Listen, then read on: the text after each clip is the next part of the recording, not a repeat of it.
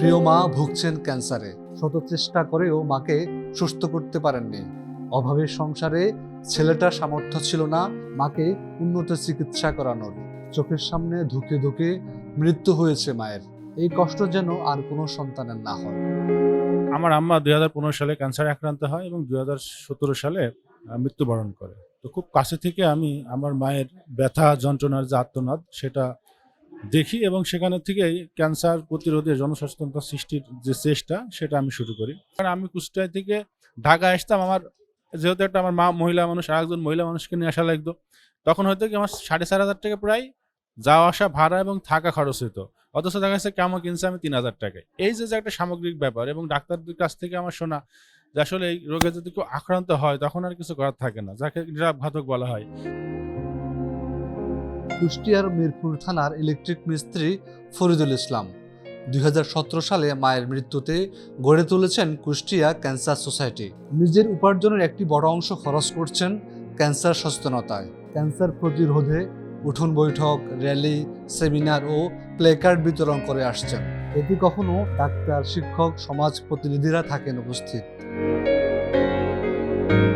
২০১৭ সাল থেকে অদ্যাবধি আমি আমাদের অঞ্চলে ক্যান্সার সচেতনতায় লিফলেট বিতরণ, উঠান বৈঠক, বিভিন্ন জনগুরুত্বপূর্ণ স্থানে ব্যানার স্থাপন, বিভিন্ন মাধ্যমিক পর্যায়ে শিক্ষা প্রতিষ্ঠানে ছাত্রছাত্রীদের নিয়ে আলোচনা সভা এবং লিফলেট বিতরণ। এবং শুধু এটা না, এর বাইরেও করোনাকালীন সময়ে অতি দরিদ্র ক্যান্সার আক্রান্তদের মাঝে কিছু খাদ্য বিতরণ এবং ক্যান্সার রোগীদের যখন ব্লাডের প্রয়োজন হয়, রক্তের প্রয়োজন হয়, সেই রক্ত সংগ্রহের চেষ্টাও আমরা করি। রোগী তার রোগকে সবার কাছ থেকে আড়াল করে নিজেকে শেষ করে দিচ্ছেন। পরিবারের গুরুত্বপূর্ণ অংশ হয়েও নিজের সুস্থতার জন্য তার নেই কোনো ভূমিকা। সমাজে এমন হাজারো নারী আছেন, লজ্জায় নিজের রোগ লুকিয়ে চলেছেন আজ অব্দি। উঠান বৈঠক মতো যে আয়োজন করি, তখন আমরা যখন পুরুষ এই কথাগুলো বলতে যাই তখন তো সমস্যা।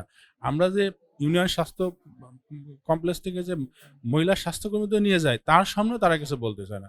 মানে মনে হয় যেন এই সম্পর্কে কথা বলাটা পাপ। আমরা ওইটাই থেকে আর কি চেষ্টা করছি যে বিভিন্নভাবে সরাসরি যদি আমরা কথা নাও বলতে পারি, প্রজেক্টরের মাধ্যমে সচেতনমূলক কোনো বাণী বা নাটিকা তৈরি করে যদি তাদের সামনে আমরা চালু করে দিয়ে আসতে পারি, আমরা থাকলাম না, অন্তত ওরা তো দেখলো, শিখলো। ফরিদ হলো যার মা সার্ভাইকাল ক্যান্সার পেশেন্ট ছিল, ক্যান্সার ইনস্টিটিউটে চিকিৎসা হচ্ছিল এবং এই চিকিৎসা করতে গিয়ে ওর যে কষ্ট, কুষ্টিয়ার আমলা নামের একটা গ্রাম ইউনিয়ন, সেই ইউনিয়নের একটা ছেলে, ওর যে ডেডিকেশন, ওর যে চেষ্টা, মানে সেটা আসলে আমরা অনেকেই সামর্থ্যবান মানুষরা, শিক্ষিত সামর্থ্যবানরা মানুষরাও সেটা করে না। দেশে প্রতি বছর গড়ে ২.৫ লাখ মানুষ আক্রান্ত হচ্ছেন ক্যান্সারে। শঙ্কায়, লজ্জায়, পরিবারের কথা ভেবে আর যেন কেউ নিজেকে মৃত্যুর মুখে ঠেলে না দেয়, এমনটাই প্রত্যাশা ভুক্তভোগী ফরিদুল ইসলামের।